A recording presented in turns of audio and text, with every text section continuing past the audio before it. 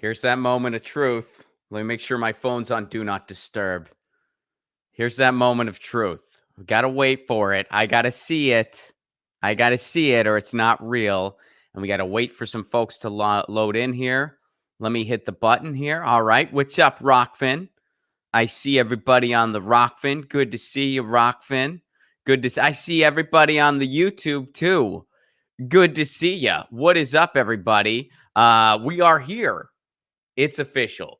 Good afternoon to all my East Coasters. Hope you're having a wonderful afternoon. Good morning to all my fellow West Coasters. Good evening if it's an evening time zone where you're at. And of course, hello to everybody in the future.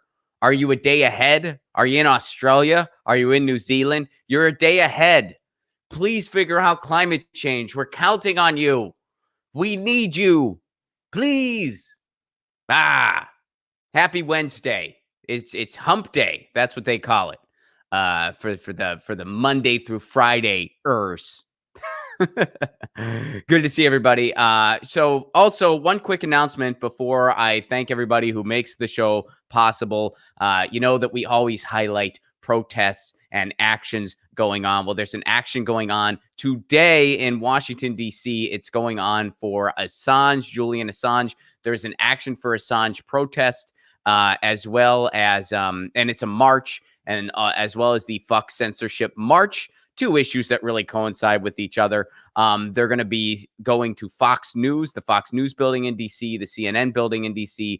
To learn more about this, you can check out the ConvoCast. They have a live stream. Action for Assange has a live stream, and you can go to cloversforassange.com to get involved with that. And I bet those media outlets aren't going to cover it.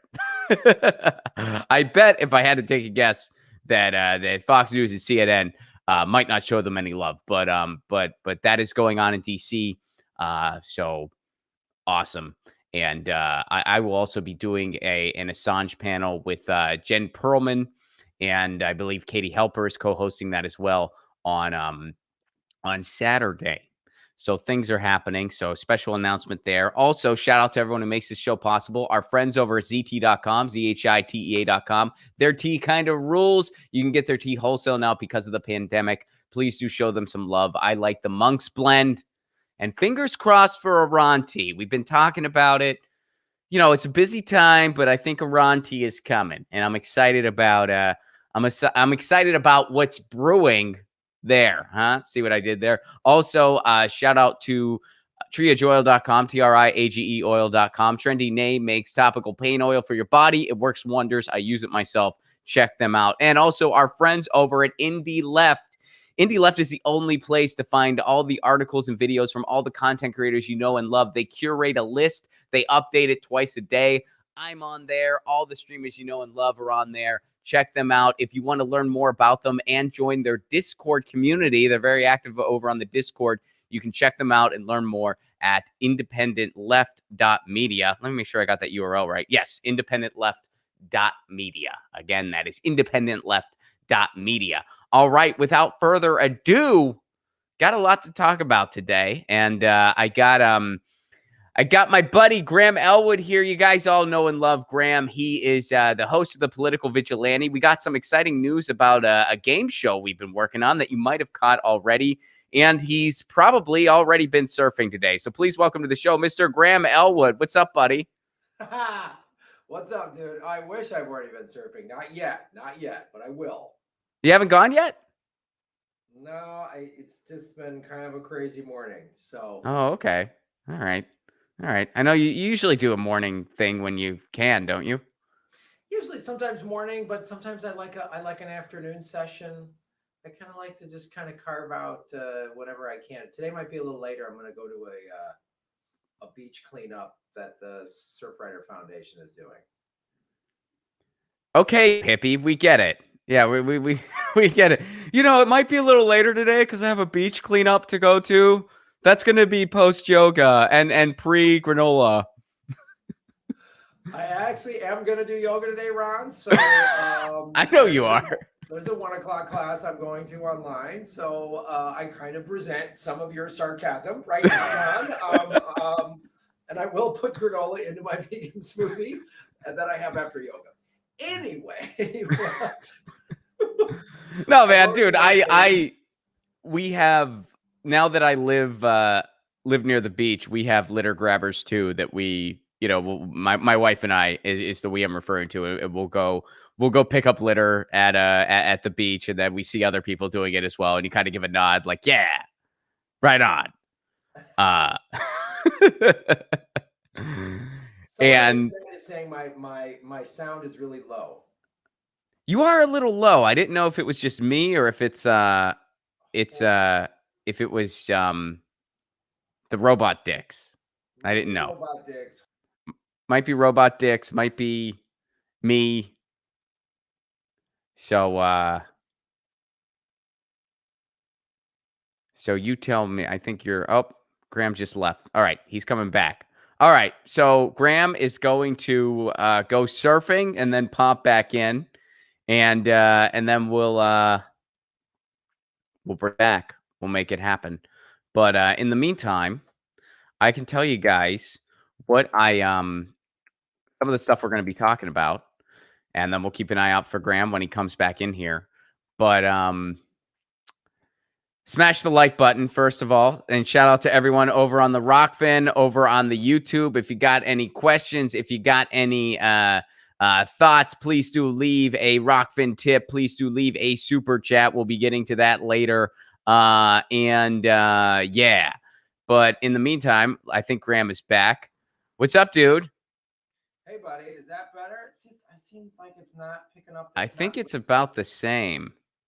Yeah, it's not recognizing my soundboard for whatever. StreamYard is it? Why did StreamYard do that? Why did they bail on you? They've had your back for so long. I know, and then they just quit. They just quit on me. And then they just bailed. Hold on. I'm going to have to reboot real quick. I'll be right back. All right. Reboot away. The internet. It's a fun place. It's a fun place, especially when you do it live. All right. So here's what I wanted to talk about.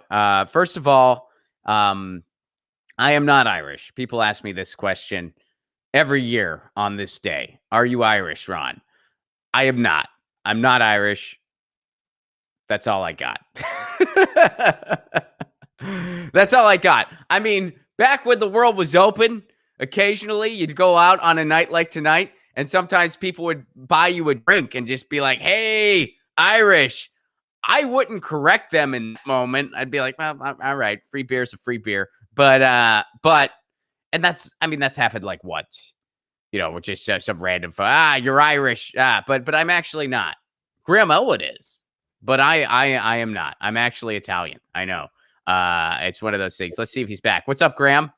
How's that? Is that better? Oh, so much better. Oh, dude. Clear as a bell. Right? Because it's like, I got the fancy microphone and the soundboard, and sometimes StreamYard just doesn't want to recognize it. Like, it just totally ghosts me like some sort of like high school kid or something like that. Like the cool kids in the lunchroom just ghost they don't want to talk to my camera or my microphone. I don't know why StreamYard does that. It's playing hard to get. Yeah. It's just like, I don't know. I don't know, soundboard. I don't know. I don't want to reply to your text yet, but eventually I will. Maybe I will. And then I'll reply to half of the text. Like, when you ask someone like several questions and they only answer like one of them, and you're like, okay, don't pretend like you didn't read the first part of that. You know what's going on. I know this goes against the millennial coat of arms, but I mean, that's why I'm still a phone call guy in so many ways. When you have the phone is a text is great for quick stuff. Right. Hey, here's this, meet me here at 8, running late, can't find park, whatever. But like a phone, that when I get when people send me long questionnaires and text, I'm just like, just call me. We can sort this out in 3 minutes. Like, let's just get it done.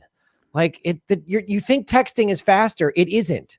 It isn't in that regard. It's like, wait. And then there's like, when you got to ask some like, well, do you think we should do that or this? And we got to kind of go through the options. Texting is horrible. It's a fucking raving pain in the ass. Like a 5-minute phone call and we're done. We're in, we're out. Like, Yeah, when you find yourself giving your recipient a multiple choice exam, it's like just do a phone call.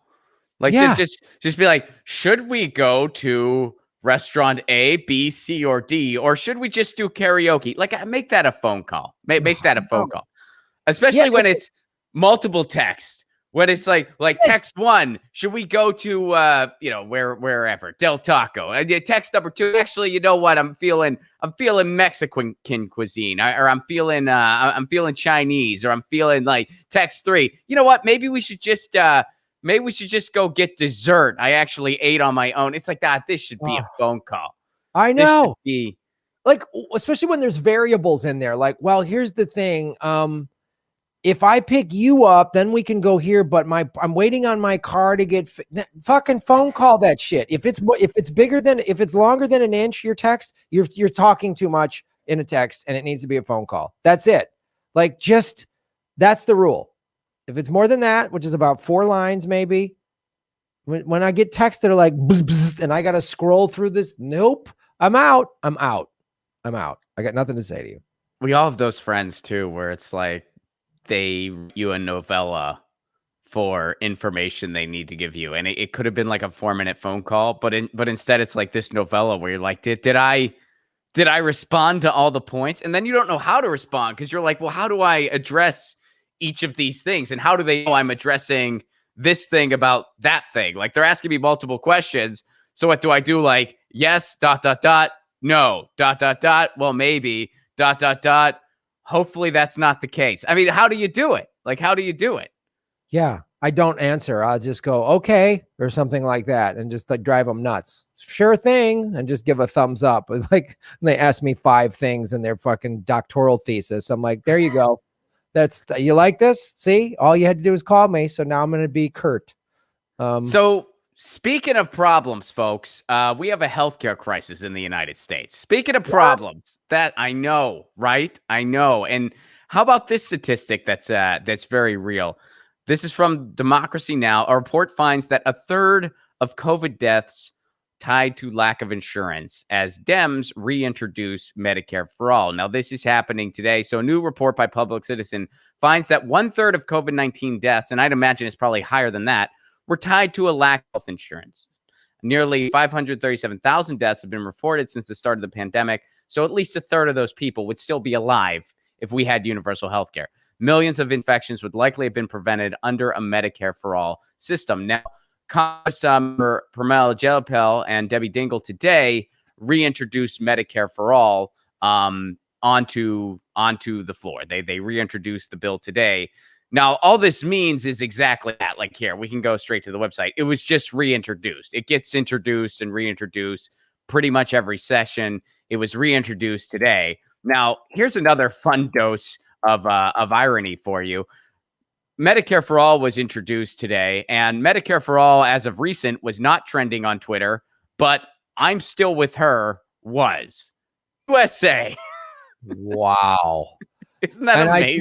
I can't decide. Is that just how dumb some people can be in America, or is that Twitter's deliberate algorithm to like always stifle Medicare for All tweets? Like, anytime we see that hashtag, just crush it. Like, that's what I guess. I bet it's a little bit of both. I mean, we do have this ridiculously unhealthy celebrity worship when it comes to politicians and just public officials in general, to the point where people are still celebrating somebody who ran for president over 5 years ago. 5 years ago, didn't win. And by the way, promised that Medicare for All would never come to pass. That's trending, but Medicare for All itself isn't. That's a, wow. How against your own interests can you be as a society? It's America is. I really, I had Dave Anthony on my show last night, and you and I have even just had we had conversations about this. I don't know. I'm trying not to be just too like there's no point, but I'm really there's no real wins for us as like truly lefty progressive socialist people, anti-war people. There's no, and then we've got to doing what we do, we obviously take more crap from dumb fuck neoliberal blue check, vote any blue will do, blue MAGA people. They can't, they like, I was criticizing Joe Biden for dropping bombs. He has money for bombs in Syria, but couldn't get us to $1,400. This is a couple weeks ago when they, what was it, February, whatever day they bombed Syria. I'm like, so you got money for bombs, but you can't give citizens.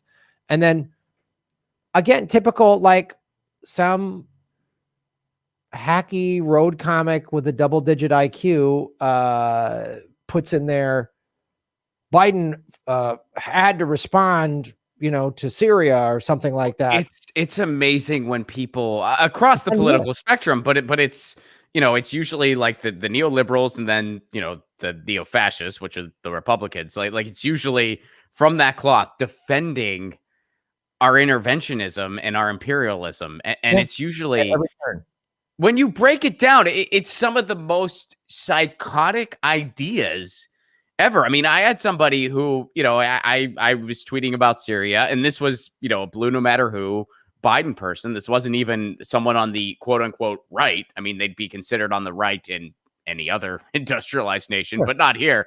But they said, look, basically their response, they said in a very diplomatic and flowery way, well, somebody's got to set the world on fire. It might as well be us.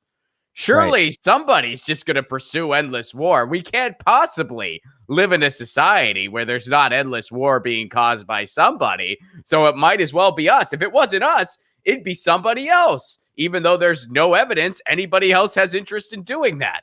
I'm not saying that every other country is a perfect actor on the world stage. Of course, that's not the case. But nobody is doing anything close to what we're doing. They don't have the money to. We outspend the next 10 countries combined. Like, who are they talking about? And what has China been doing? China just goes to and buys things. China goes to Africa and says, we'll build you a port.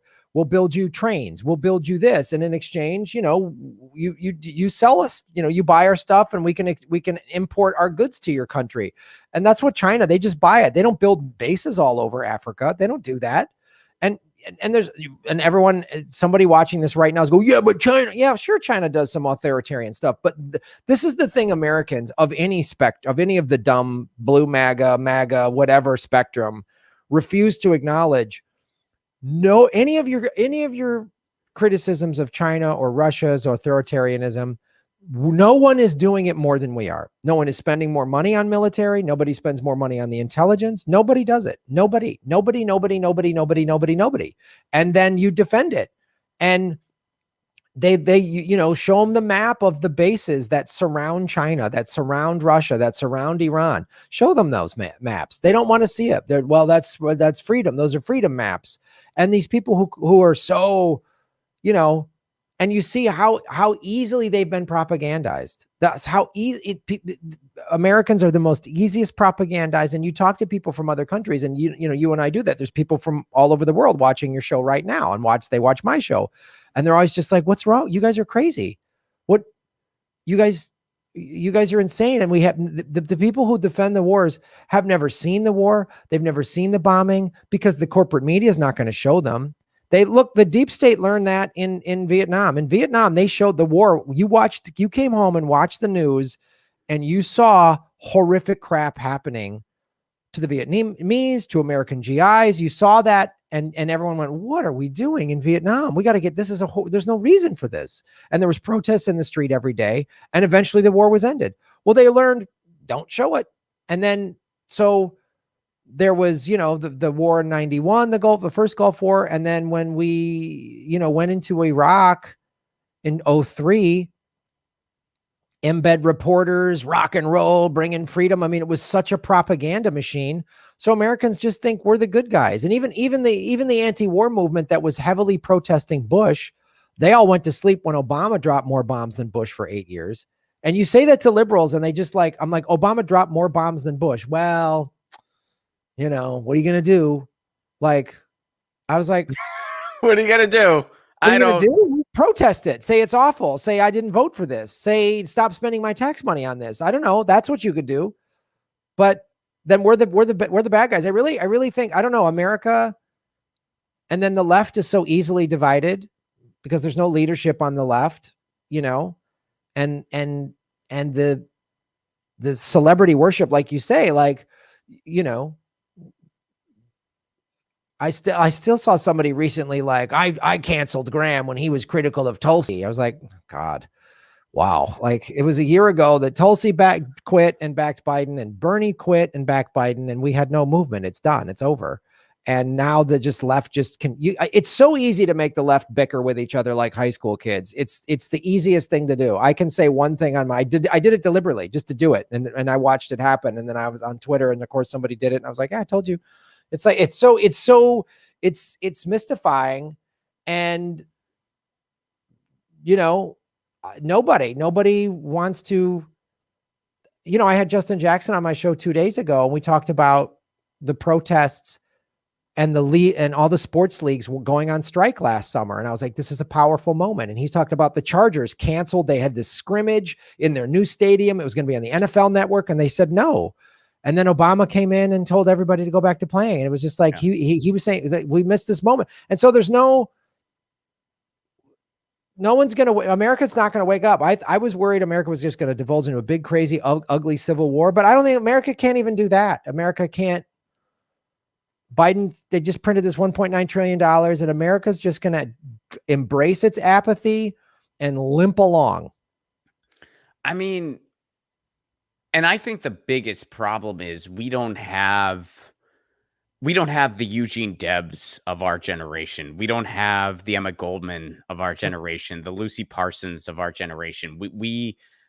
I don't know who those people are or where they are at, but we need them. We need people who will lead something like a general strike. And an elected official is not going to do it.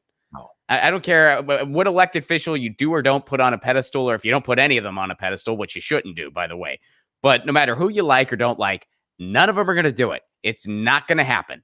Mm-mm. You need people outside the system to do something like that. And that is what we need. And even something like this. Great. Medicare for All was reintroduced today. It gets introduced and reintroduced and introduced and reintroduced. Right now, there's not really any leverage other than people are dying in a pandemic, but our government doesn't let that stop them from not actually helping people. We've done that for the past year. So there's no leverage right now. There was leverage during Force the Vote. There's really none right now. So yeah, it's nice this happening. I watched the address on Pramila Jayapal's Twitter account. There were 174 people watching live. And that's about it. I mean, we'll see what happens with this. I mean, you got to proceed with caution right now. Otherwise, you just sound delusional, quite frankly. If you're like, all right, we've won. No, we haven't won anything. It just got introduced. And I don't see anything like this going anywhere, whether it be Medicare for All legislation or anything else, unless there is a direct action, i.e. a general strike, because I think that's all we can do at this point. We have to have a mass general strike that's going to make something like that a reality. Yeah, and it's just not. I mean, because look, the ruling elites have done a fantastic job. I mean, Eugene Debs was put in jail.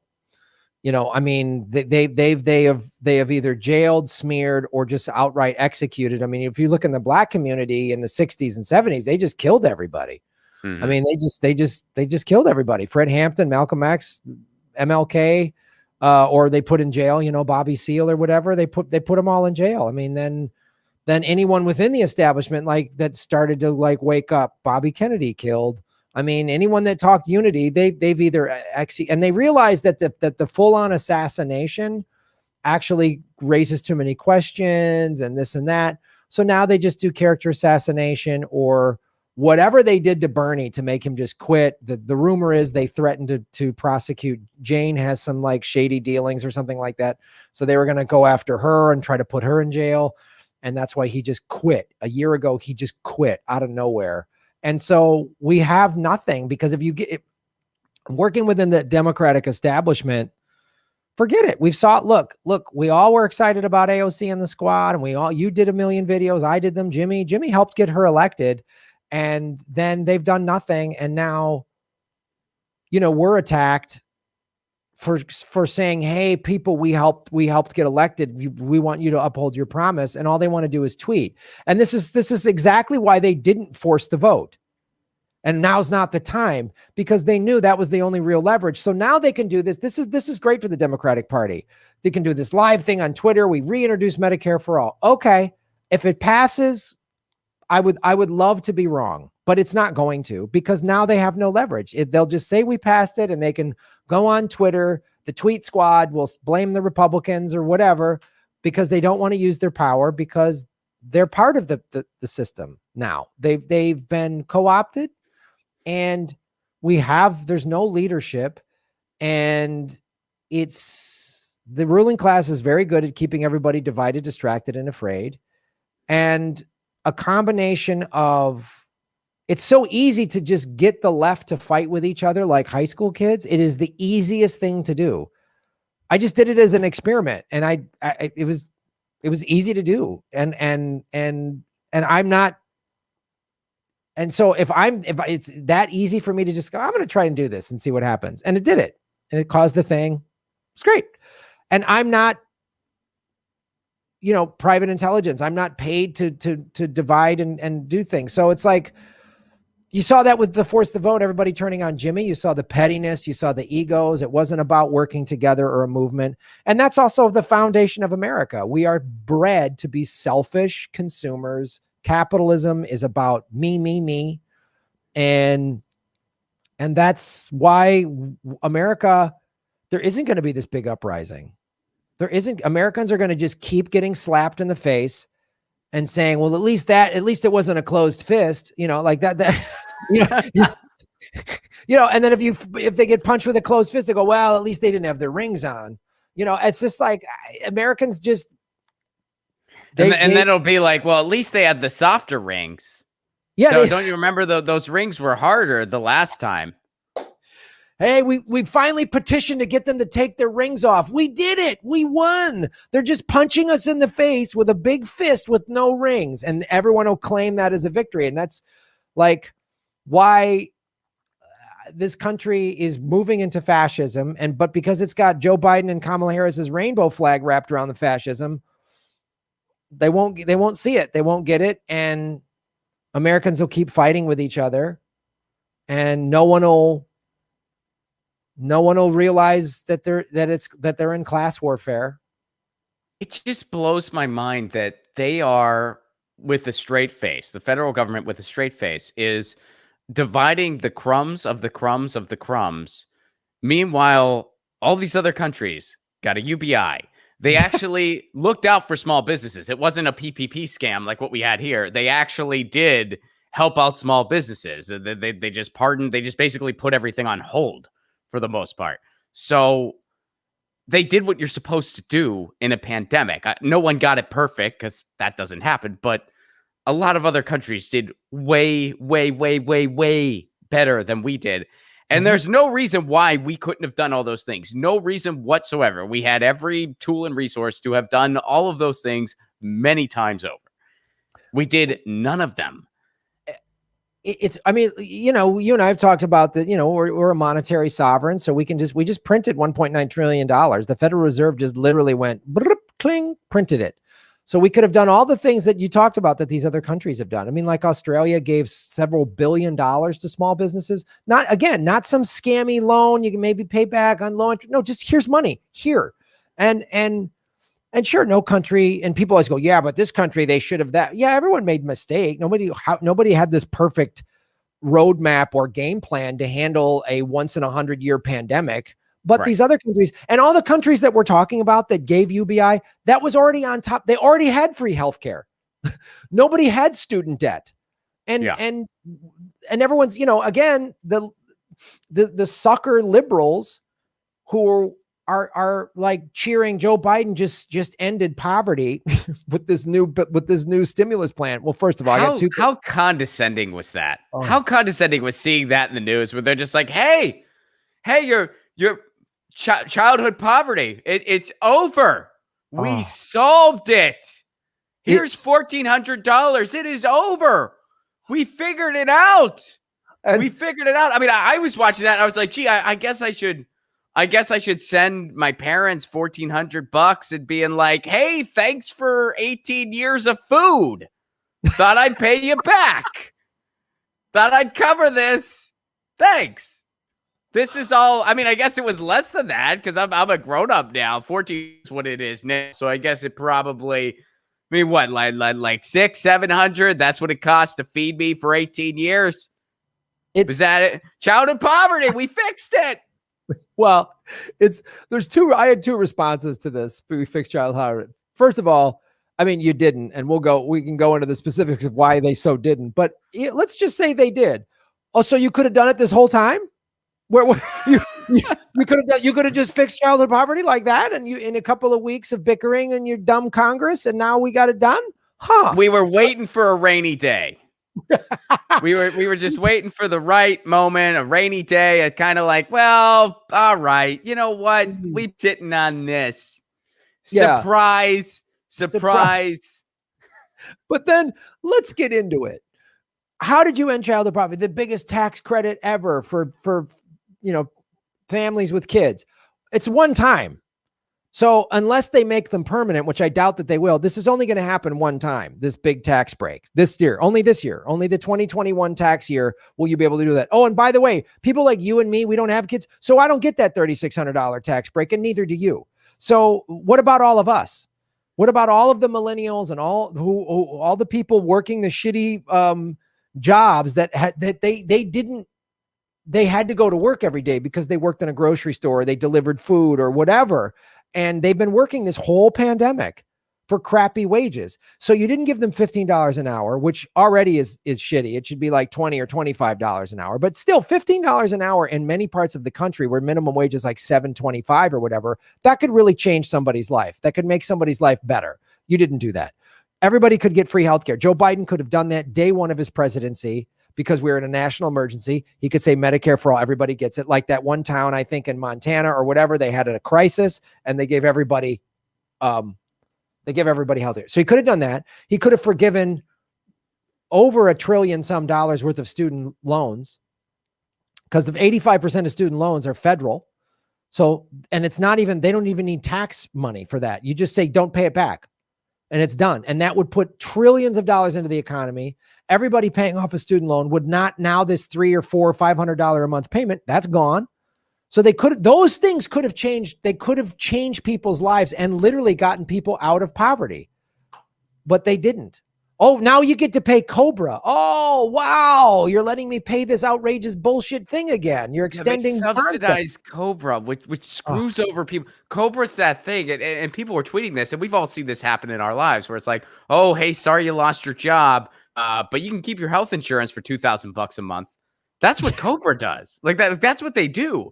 And our government's like, we better subsidize this. We should give them more. We should give them more money, and it'll work out for you. It'll maybe, dare I say, trickle down to you. Yeah, exactly. I had Dave Anthony on my show yesterday. Now he's married with a kid, and he said, Graham, if I were to lose my insurance and go to COBRA, it would be $2,300 a month for my family. Who can afford that? $2,300 a month? I mean, and they're like, we need to put America back to work. You want to know why they're really dying to put America back to work? Because a lot of people, their unemployment is more than their crappy job that they had. So they're like, I don't want to go back to my crappy job. Unemployment, which wasn't that great. Nobody's unemployment was that great. It's better. I know people had they were bartenders, waiters, the Uber driver, whatever. And they're like, I'd rather take unemployment. The unemployment's better than going to that horrible job and barely getting by. At least I can stay home and barely get by, and they put out that video. Here's what you do with your $1,400 pay off your debt. Here's all the things. Buy Bitcoin. That's what you should do with your $1,400. Buy Bitcoin. That's what I'm going to do as soon as I get it. Well, you mentioned Uber, and I actually want to go here next. So, a quick refresher for everybody watching, and Graham, I've been wanting to do this for a while. Here in the U.S. and particularly here in California, we had a piece of legislation called AB 5, which basically said that if somebody is doing a task or doing a service or doing a job that is essential to what that company is all about, then they have to be an employee. And this legislation had some appropriate carve-outs that they were still fine tuning. There was still some fine tuning here because obviously there's some areas where somebody shouldn't be designated an employee, i.e., a musician performing at a venue, or a comedian performing at a comedy club, or a freelance journalist or freelance photographer. You get the idea. So they were still fine tuning it, making these carve outs. And the carve outs were pretty apparent, but still needed some, fine tuning, which they were working on. Where this didn't apply, the carve outs, was places like Uber and Lyft, because the drivers, guess what? That's an essential part of the business. It's a service that gets people rides. And so the driver is pretty freaking essential. Now, Uber argued against this. They said, well, actually, we're just making the connections. We're just a connection maker. And my response to that was, okay, next time somebody calls an Uber or Lyft, have their driver show up and be like, hey, nice to meet you. I could drive you to the place where you're going for a fee. Now we know each other, and then have them drive away without the passenger. See how that works. See if they're like, oh, well, Uber's just the matchmaker. 5 stars. It's not going to go down that way. Here's what the driver should do. The driver should show up and say, I'm your Uber driver, cancel the ride, and just pay me cash, and we'll leave Uber out of this. No shit, right? So that's what AB5 is. Now, Uber and Lyft spent millions of dollars here in California, which, by the way, was a test for the rest of the country, where they had this proposition that would exempt them from all of this. This would exempt them from making their drivers employees. This would exempt them from having to pay living wages. This would basically allow them to keep going without any protections for their drivers whatsoever, which is what they wanted. And they spent millions of dollars on this campaign. You know where else that millions of dollars could have went? Treating their drivers better. But I digress. And unfortunately, California voted against their own interests for the most part, and 22 went the way of Uber and Lyft. I personally voted against Uber and Lyft. I voted, against allowing them to do that. But enough people were like, well, 22, it's bad. If we don't let Uber and Lyft do what they want, it's bad for the drivers. They can't have flex schedules and this and that, which is all bullshit. And 22 went the way Uber and Lyft wanted it to. Well, so the U.S. failed that test. Here's somewhere where it didn't go that way. Over in the U.K., this happened a little while ago. The U.K. Supreme Court says that Uber drivers are not independent contractors. So the Supreme Court over in the UK has ruled that Uber drivers are legally workers, not self-employed contractors, as Uber has argued in courts around the world. The ruling means that drivers in Britain and Northern Ireland are eligible for additional benefits and protections, including a minimum wage. Now, this happened on February 19th of this year, 2021. Well, guess what happened as of recent? Interesting, the connection here, because this just happened. Uber in the UK give UK drivers a minimum wage. They have to give them a pension, and they have to give them holiday pay. Oh, well, thoughts and prayers that $1 billion corporation has to pay its employees that have generated all their wealth for them.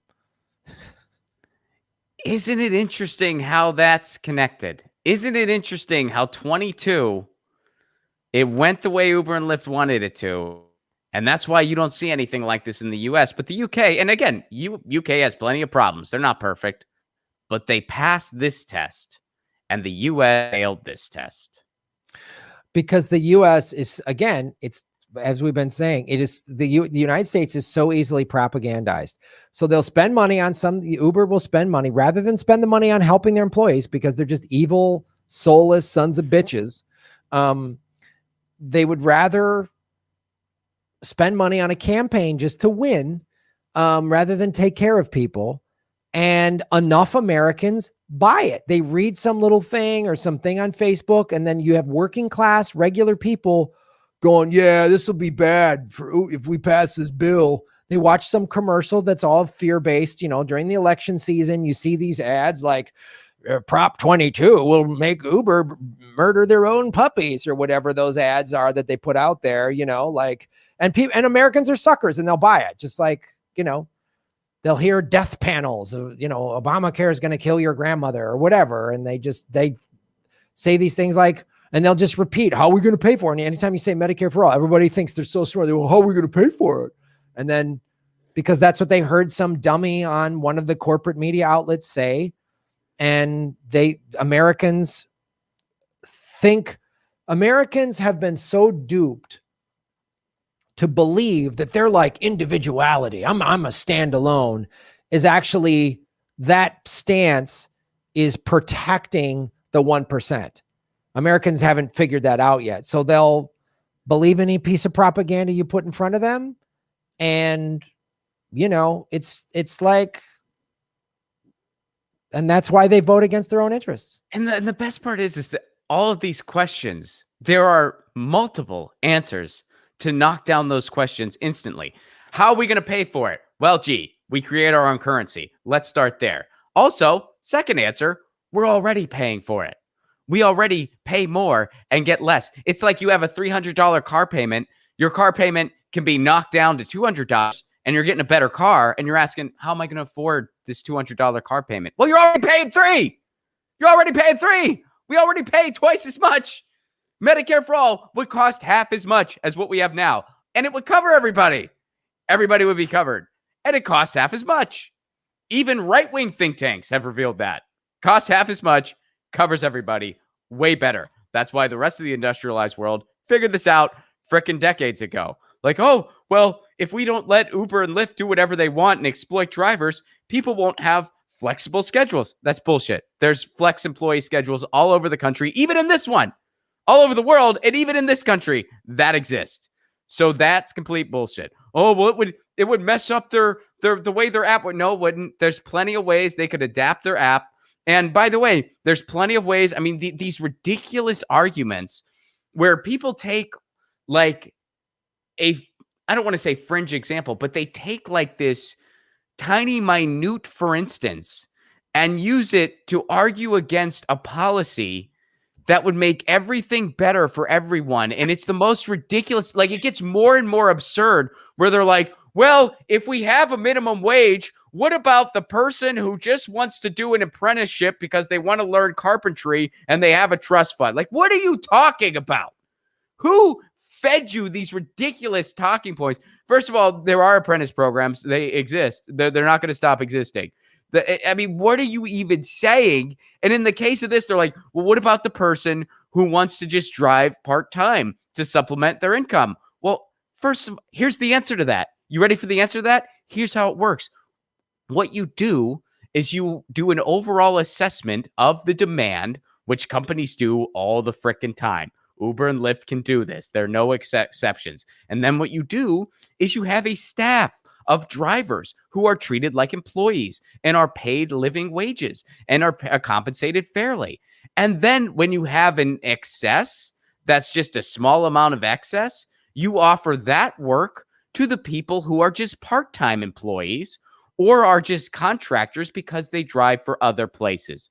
Problem solved. And in this case, everybody wins. The people who are driving full-time, they get benefits and they're employees and they're treated right. The people who aren't driving full-time, they still get paid better and they still get opportunities. Everybody can win. You know, the only difference in this scenario, the only difference is that the CEOs at the very, very top make a little less. They're still plenty rich, Graham. They're still plenty rich, but they make a little bit less under this model. That's it. And people make these ridiculous arguments that can be knocked over with a frickin' feather to argue against any type of workers' rights whatsoever. And that has been the result of years and years of anti-union, pure propaganda conditioning. And undoing that, holy shit. Yeah, it's unbelievable. And you'll say, well, in this country, they got free healthcare, and they'll bring up some dumb thing that has nothing to do. Well, yeah, they got free healthcare in Australia. Yeah, but they got a really high tax if you want to own an aardvark. And you're like, what the fuck does that have to do with anything? Like, that has to do with nothing. That has to do like that. We're not talking about aardvarks, you dumb shit. We're talking about free healthcare. Like, what, like, there's a speech JFK gave in 1962 saying we're decades behind Europe. Europe has had free healthcare we're decades behind them. In 1962, like we're talking almost 60 years ago. So we were behind 60 years ago, and now it's worse because healthcare costs are through the roof and people are dying, and it's Americans are like stupid 15-year-olds that just can't admit fault. It's just like, but yeah. It's just like, all right, this would be better for you. Union wages would be better for you. Did you know that, everybody got free healthcare would be better for you? No, it wouldn't. Like, it's just like, America just likes punching itself in the face and then blaming somebody else. It's mind boggling. I see why all these people like Glenn Greenwald just left. They moved out of the country. They're like, good luck. All right, I'm bye. You guys are morons. That's gonna be official commentary on CNN like next year. Like, nuh-uh, but no. Yeah, I know. It is. They're like, what am I? Like, how you gonna pay for it? How you gonna pay for it? How you gonna pay for it? War's good. It's just fucking. It's the dumbest. It's mystifying, and there's no. Like, I see little victories in the local level, right.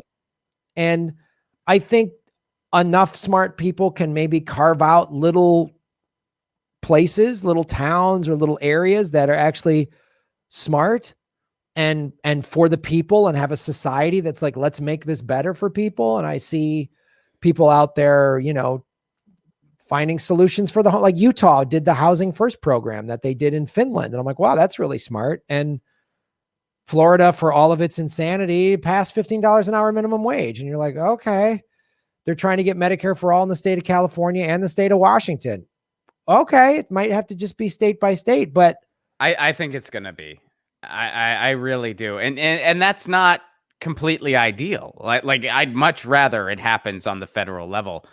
I just think, it will happen on the federal level, but I think we're going to have to get there one state at a time. And I don't care how we get there, as long as we get there.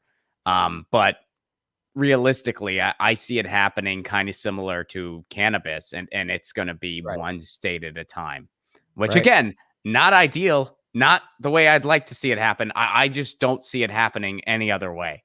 I think, or at least if we're going to wait for something to happen federally, it's going to take a hell of a lot longer than if one state gets it and that rattles some cages. Yeah. It's just, and because of this two-party system, these two parties just are keep this stupidity going, because everyone's backing Joe Biden. The dummy liberals are like, yay, he's bombing Syria. He had to. When Trump pulled out of Syria, liberals were critical of him just because it was Trump. If Trump, and this is the problem. If Biden came up with a cure for cancer, the governor of Texas would go, we're not taking that cure. We're Texas. They would just fight against it, because they just got to be against whatever dumb party is in the stupid, corrupt White House. Then the other party is just going to argue against no matter what. That's what this dumb two-party system is all about. Like, and nothing's going to change. We had 8 years of Bush, who was awful and horrible, but they just can't agree with anything he does. And 8 years of Obama. So then the Republicans, he's a socialist, he's a terrorist, where's his long form birth certificate? It's all these dumb arguments, because they can't go, oh wow, he's increasing the war machine and the surveillance state, because that's what they do. So they just got to keep America distracted with these dumb fights. There's like 3 or 4 issues that kind of separate these parties. And they know they're these willing idiots, Well, even those 3 or 4 issues are up for debate. Right. If there's one thing about the Democratic Party, we are pro-choice. We are pro-choice. We are definitely pro-choice. Here is one of our favorite people in the Democratic Party, Tim Kaine, a dude who ain't pro-choice. So they don't even give you that. They don't even give you that. And that's the thing, where it's the Overton window that we have electorally does not reflect the people who live here at all. Nope. We have two far right wing. I mean, we have a far right wing party in the Democrats, and then we have this unheard of, holy shit, right wing party in the Republicans, where there's just a few kind of wedge issues separating them. And even that, more often than not, is just lip service. And when it comes to the big pillars of, hey, education should be a public good, both aren't on board for that. Healthcare should be a human right, both aren't on board for that. Housing should be a human right, both really aren't on board for that. Hey, endless war isn't a way to have an economy. Also, it's morally disgusting on every level. They're both really not on board with that one. These are basic principles that in a lot of other parts of the world are just commonly held truths by most people. But here, you are a radical, baby. It's America is the dumbest place. There's no place dumber. There's no place dumber on the face of the earth. There's no country dumber than this one in the history of the human race. Like it's, I've studied a lot of history. So if somebody can find a dumber country, find it for me. Like in the history books that has done just willfully more dumb things.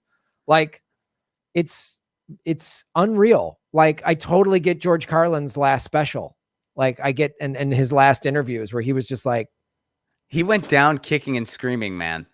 Yeah, he did. He went down kicking and screaming. And it's like that. I mean, that last segment of his, which, it wasn't really even stand up at that point. He was just letting loose. And he was like, I'm fucking done. And it was beautiful. Yeah. And it was, I mean, the FBI didn't want you to hear that bit. And he, it's like they want people just, I don't want to like, but he said, they want people just dumb enough to push the paper, but not awake enough to think critically and to realize that they're getting screwed by a system that threw them over the boat 40 years ago. And he just went off. It's called the American dream because you have to be asleep to believe in it. And he was doing that in Vegas and he was walking people and he said, I don't give a shit. Put me in a smaller room. And yeah, man, I never got to see that guy live. I'll always regret. I had a chance and I was like, I'll catch him next year. And then he died. So I get to regret that one forever. Yep. And he's like, they don't care about you. They don't care about you. He would say that over, like these gutless cocksuckers don't care. They don't care about you. They don't give a fuck about you. He said that over and over in that last tirade. Like you say, it wasn't jokes. It wasn't stand up, but it was beautiful and poignant. I mean, the only like joke in there was they call it the American dream because you got to be asleep to believe it. And again, and typical and people cheered and thought he was awesome. But again, typical of dumb America, a handful of people would like, I'm out of here.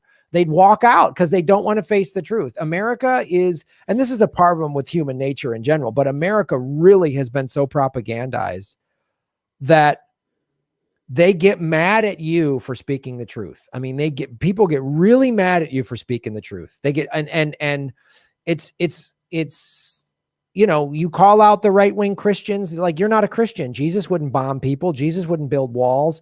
Jesus wouldn't put kids in cages. They get mad at you. And then you go to you out left the liberals. Ooh, nothing gets them more mad than when you out and go, no, Hillary Clinton is a warmonger. What? She's my feminist hero. She's friends with I'm still with her is trending this morning. Trending was this morning. I mean, she literally, she had Ghislaine Maxwell at her daughter's wedding. Ghislaine Maxwell has been called by female victims of Epstein a monster, a pedophile sex trafficking monster. And she was at Hillary Clinton's daughter's wedding. Dude. I'm with her. I wanted to ask a real quick, when the George Carlin thing came out, did it annoy you when, I'm sure you encountered this too, you had to have, where like you'd hear comics and like other comedians and they'd just be like, I mean, it just really wasn't all that punchy. I mean, I don't know about you, but when that was happening, I would just be sitting around. I'm like, first of all, we're about to do a one-nighter in Bozeman, Montana. Second of all, fuck off. Are you serious? Like, it's just not punchy enough. Like he calls out the entire empire. You're like, God, it just wasn't. I didn't hear the punchlines in that. I mean, dude, to get specific to our industry, we've talked about this, especially for the 4 years that Trump was in office. No comics, aside from a handful, being you, Lee, Jimmy, a handful of people were really calling out the problems. Most comic, even some big name ones, were just all they had was a couple of Trump jokes and talk about how great Obama was. I mean, comics that are like, that I respect and think are really good joke writers and good comedians, they wouldn't go after the whole system. They wouldn't criticize they wouldn't criticize the Democrats. They wouldn't criticize the war machine. And they just, it's again, and they think they're so smart and so woke because they got a Trump joke. And it's just like, all right, you refuse to look at this. I mean, and it's just more of the American privilege of not knowing what having your town bombed. We've been bombing Syria for 10 years. I mean, 85,000 dead kids in Yemen. So I don't know what more to say to people. And then they get mad when I call out that their Democratic heroes are awful. Okay. So let's go to the chat, man. And also, Graham, tell everybody about the game show that we've been doing. Yes, we've done we're doing every Thursday night, usually around 7, or this week will be 7:30 p.m. Pacific time. There might be some coming in the future that we might do earlier, like 6, because we're going to be people from the East Coast or whatever, but it's a blast. So we've had Jimmy versus Steph. We've had Dave Anthony versus Gareth from the Dollop. We've had Karen Rontowski versus Rosie Tran was our last, which is a lot. All the shows have been a blast. We do fun questions and topics that you've written them. Who said this, Democrat or Republican? And it's just it's a political game show. It's a political vigilante game show. Some people might not know this. I've hosted over 300 episodes. I was a game show host in an earlier life. If you go on YouTube, you can see me with some interesting hair and sideburns and clothing options, hosting the game show Strip Poker or Cram on the Game Show Network. So I bring out the game show voice, Ron, and it's a blast. I mean, we have so much fun doing it. We just laugh our asses off. And I did it a couple of times, like a year or so ago. I did it All Things Comedy. We did it live at a couple of venues, I think. And it was just fun to do. And I was like, let's bring this back online. Because my goal is when things open up and I need to get a budget for it, but to shoot it like a real game show. I have a studio audience and have the buzzers and the lights and, but it's like those old school game shows in the 70s where it's just a bunch of celebrities hanging out, goofing off. And that's what it is. If you want to laugh for like an hour and a half straight and, hear some fun questions about and learn some political stuff as a sidebar, very much on the side. It's the best because we've talked about this, because as we've been discussing this past hour, it's pretty dark. If we're politically homeless, if you're a progressive, if you're a socialist, if you're anti-war, there's really no home for us. We have no leadership. There's not a lot of hope. There's no like, oh, this will pass. We just got to take these little small victories on a local level. But this is a dark time in history. It's throughout history. There's been really dark times, and we're in a dark time in history, and there's not a lot of hope right now. So I can't. And there is some. There's some. There is some. I mean, I know, like, especially this hour, we talked about some pretty heavy things that kind of make you feel a little hopeless, but there still are reasons to be hopeful out there. There's things going on at the local level. There's things going on in the streets that kind of keep you like, you know what, we can push towards a better tomorrow. It is not hopeless. Yeah. But because they're a little tougher to find right now. That's why I wanted to do this game show, is for myself in particular. Like, it's hard, and you go live 4 days a week. I go live like 4 or 5 days a week. It's hard to talk about this bad, this is awful. This bill got knocked, this corrupt thing day after day after day, and try to find some comedy in there, try to find some humor in there, but it's tough. So the game show is just like once a week, I laugh my ass off. It's like doing Government Secrets with Lee Camp. We just laugh our asses off. So, yeah. So, I mean, I'm a comedian first and foremost. I'm not a journalist. So, when people are like, Graham, you should have done this research better. Jimmy should have known more research when he interviewed that Boogaloo boy or whatever. It's just like, oh, fuck. Like, I used to host game shows. I'm a surfer and a vegan. Jimmy smokes weed on camera. What the fuck do you expect from us? Like, we're like, I mean, I'm sorry. The system is so broken that like we're the best journalists out there, but we're not journalists. We're not. Yeah, we're So comedians. we're comedians. I'm We're a comedian. comedians. That's Like what I do. that's what we do. I mean, people have called me all kinds of like I've been called a comedic journalist, a like a journalist, a this or that. I'm like, I'm a comedian. Next, you could call me a writer. That's what I bring to the table. That's what I got for you. Yeah, I know. I'm a comedian and a like indie media, political, Whatever you want to call it. Yeah, whatever. But I'm not a journalist. We're comedians who talk about shit we care about. Right. Like and this is the shit we care about. Like other comedians, they talk about shit they care about, and it might be like hockey or something, which is, I mean, I love hockey too, actually. But like that's just what comedians do. Right. And especially as you know, in the last 10 years or so of podcasting, that's what comedians have done. The digital media format with podcasting and YouTube, you can talk about whatever you want to talk about, be it hockey, be it, I did a movie podcast for 10 years and people are like, you're a movie critic. I said, no, I'm not. I'm a comedian that likes talking about movies. I was like, I'm not a movie critic. And they get mad. People get mad like about you didn't like this movie. Like, what the fuck do you care? Like, I don't need your opinion to like that movie. I like Rudy. It's cheesy. It's hokey. I like the movie Rudy. I don't fucking need you to like it. I don't care if you like it. I don't care what your opinion of it is. I like it. Do people really hate on Rudy though? Is that a thing? I don't know, but they shouldn't because they're dead. They really shouldn't. I mean, I've seen that one, Graham. I've seen Rudy and I enjoy it. It's about that guy who wants to play. Right, but you haven't seen Apocalypse Now? No. See, no, I haven't. This is where this is why I get very confused with you. You've seen Rudy, but you haven't seen Apocalypse. It's fun. I mean, I guess it's becoming more and more clear that I am pretty bad with movies because I finally watched Dr. Strangelove a couple weeks ago, and I loved it. It was great. I'm surprised that movie would not get made today. Period. Right. They would not allow, and there were so many subtle things in there that, I mean, well, they weren't like super subtle, but they were kind of, especially when you put it in that time in history where they were saying it, where it's like, wow, I'm surprised this was allowed to happen. That's awesome. And I loved it. And as a joke, I tweeted and I said, hey, I finally watched it, but I'll be honest, I don't know if it lived up to the hype. And I posted a screenshot of the Marvel movie Doctor Strange. And people didn't realize I was kidding. People were like, people were just like, Ron, no, that's not the thing. You screwed up. Like, even people who I knew, they were like, Ron, do you need me to send you a DVD? That's not the thing they wanted. We thought you knew. We got someone's gonna you. They didn't realize.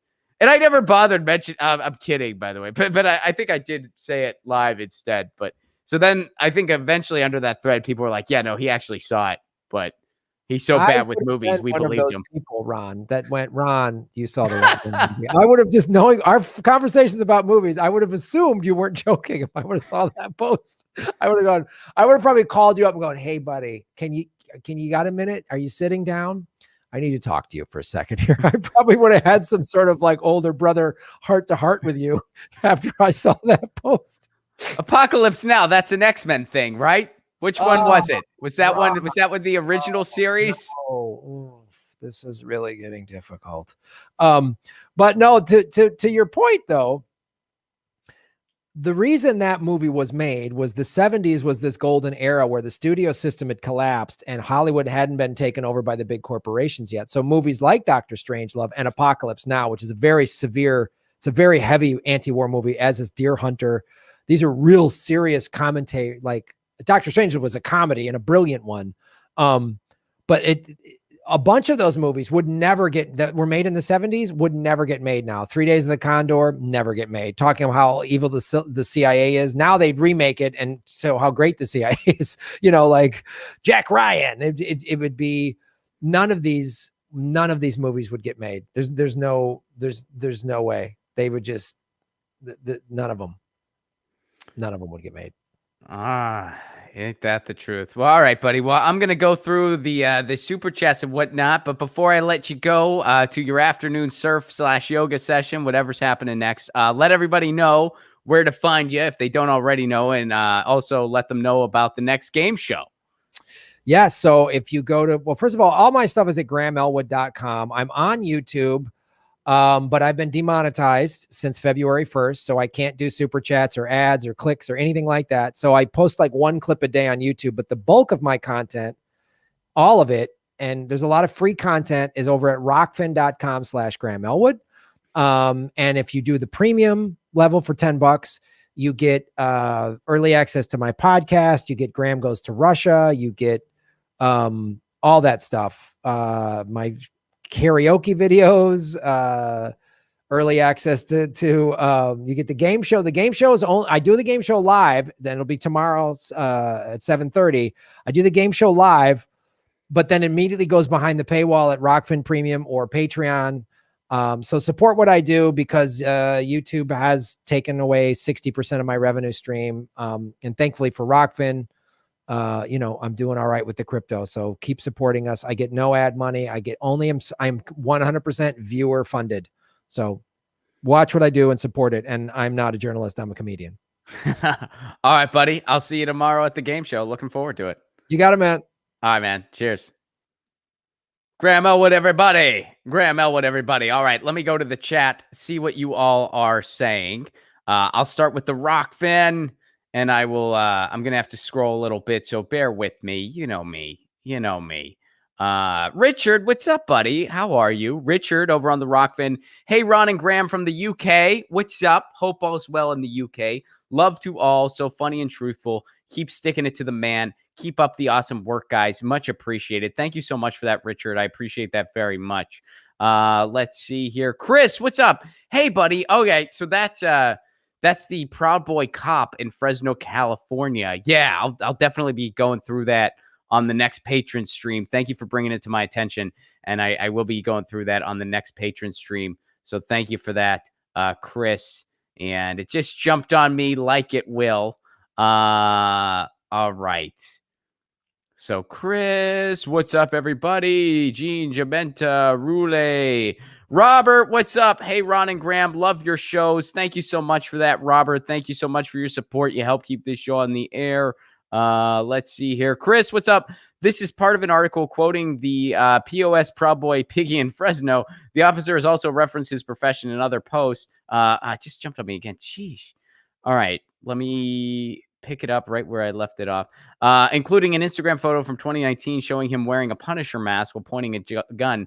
The Fresno Bee reported, and I guess he said, shit is a lot easier when you can kill people. Oh, sheesh. All right. Fitzgerald reportedly wrote, cops like Fitzgerald should be terminated ASAP. Yeah, I'm with you. How many people watch The Punisher and really, really miss what The Punisher's about? A lot is the answer. A lot of people, which I actually really, I did enjoy that series, to be honest with you. And I was surprised that they let it get made, to tell you the truth. But a lot of people, they watch The Punisher. They really miss the point of The Punisher. Proletariat, what's up? Love you both for your truth and comedy. Graham, keep the game shows going, man. Rudy is great. Hashtag free Julian Assange now. Absolutely. And again, shout out to all of our friends in DC right now. Action for Assange, Clovers for Assange, Convo Couch. They are out there now. Make sure you check out those live streams. And if you're in DC, if you feel comfortable doing so, I know that it's still a it is still a pandemic time, but if you feel comfortable and safe doing so, you should totally go out and join them. You can go to cloversforassange.com, find out where they're going to be and when for the march. So shout out to them doing their thing out there. Let's see who else. Let me go over to the YouTube and everyone here on the YouTube. What's up, Tony DeMeo? What's up, buddy? I hope you're doing well. I love when Ron Placone and Graham Elwood are together. Thank you so much. Christopher Walker, what's up? Seeing you on both platforms, my friend. I need a Graham rant on the Fresno Proud Boy cop that has been posting alt-right conspiracy hateful vids for months, hiding behind masks and sunglasses. I'll make sure Graham gets it, man. I'll be going over that on the on the next patron stream. I know you sent it to me, but yeah, I'll make sure that that Graham gets it as well. Oscar Chavez, thank you so much. Thank you for the pair.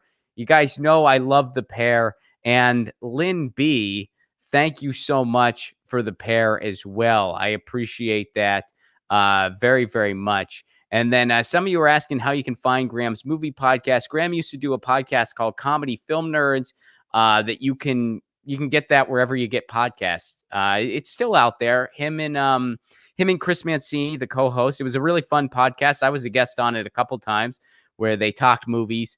I'm pretty sure it's still available to listen to. They have retired the show, but it is still out there. And that show again is called Comedy Film Nerds. So thank you guys so much.